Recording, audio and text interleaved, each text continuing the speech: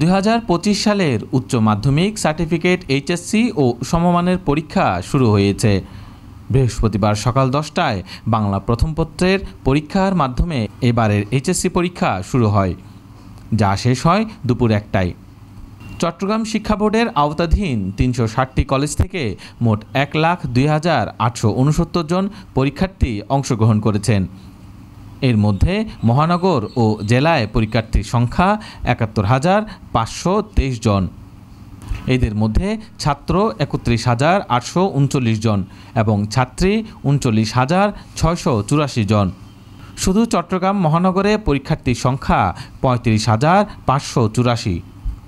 শিক্ষা বোর্ড সূত্রে জানিয়েছে, পরীক্ষা সুষ্ঠুভাবে ও নকলমুক্ত পরিবেশে আয়োজনের লক্ষ্যে কঠোর পদক্ষেপ নেওয়া হয়েছে। প্রশ্ন ফাঁসের গুজব প্রতিরোধ ও পরীক্ষার্থীদের নিরাপত্তা নিশ্চিত করতে 15 আগস্ট পর্যন্ত সব কোচিং সেন্টার বন্ধ রাখার নির্দেশ দেওয়া হয়েছে। পরীক্ষার প্রথম দিন সকালে চট্টগ্রাম সিটি কর্পোরেশনের মেয়র ডক্টর শাহাদাত হোসেন বিভিন্ন কেন্দ্র পরিদর্শন করেন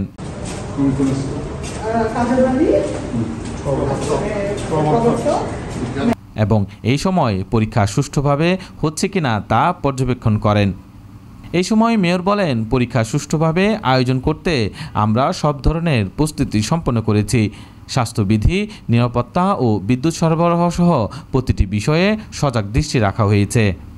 চট্টগ্রাম শিক্ষা বোর্ডের পরীক্ষা নিয়ন্ত্রক অধ্যাপক ডক্টর পারভেজ সাজ্জাদ চৌধুরী বলেন, 2025 সালের এইচএসসি পরীক্ষা সুষ্ঠু ও সুন্দর পরিবেশে শুরু হয়েছে।